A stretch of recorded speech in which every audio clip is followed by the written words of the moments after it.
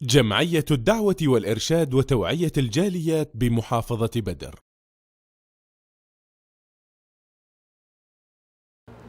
রাসূল সাল্লামের সম্মানার্থে কোনো ওসিলা করা বৈধ হবে না। কোরআন এবং সুন্নাহ বিশ্লেষণ করে দেখা গেছে শরীয়তসম্মত ওসিলা তিন প্রকার। প্রথমত আল্লাহর নাম দিয়ে আল্লাহর কাছে চাওয়া। ওয়ালিল্লাহিল আসমাউল হুসনা ফাদউ বিহা, আল্লাহ রাব্বুল আলামিনের সুন্দর সুন্দর নামগুলি রয়েছে, নাম দিয়ে আল্লাহকে ডাকো। দ্বিতীয় হলো সৎ কাজ, ভালো কাজ দিয়ে ওসিলা করে আল্লাহর কাছে চাওয়া।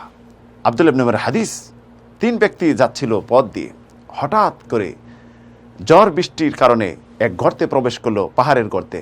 বিশাল এক পাথরে সে গর্তের মুখ বন্ধ হয়ে গেল। একজন ওসিলা করলো সৎ আমল দিয়ে, একজন বাবা মার সেবা, আরেকজন পাপ থেকে সে নিজেকে রক্ষা করেছিল আল্লাহর ভয়ে। এই সৎ আমল দিয়ে ওসিলা করার কারণে তারা মুক্তি পেয়েছিল, তখন তারা বের হয়ে গেছিল।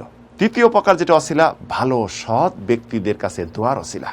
রাসূলুল্লাহ খুতবা দিচ্ছেন জুম্মার, এক গ্রাম্য ব্যক্তি আসেন, আসার পরে বললেন, ইয়া রাসূলুল্লাহ, বৃষ্টি বাদল নেই, অনাবৃষ্টি, দুর্ভিক্ষ, দোয়া করেন।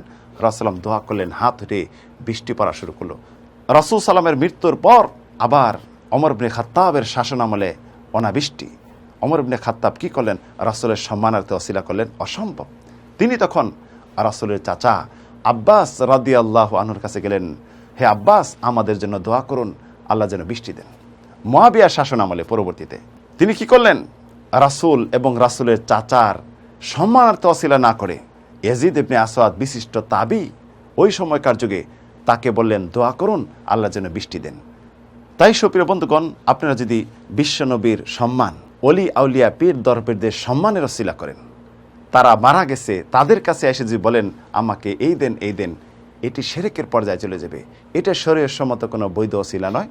শরীয়তসম্মত বৈধ ওসিলা হলো কোরআন এবং সুন্নাহ ভিত্তিক যেটা রয়েছে, আল্লাহর গুণবাচক নাম দিয়ে চান, সৎ আমলের ওসিলা করুন।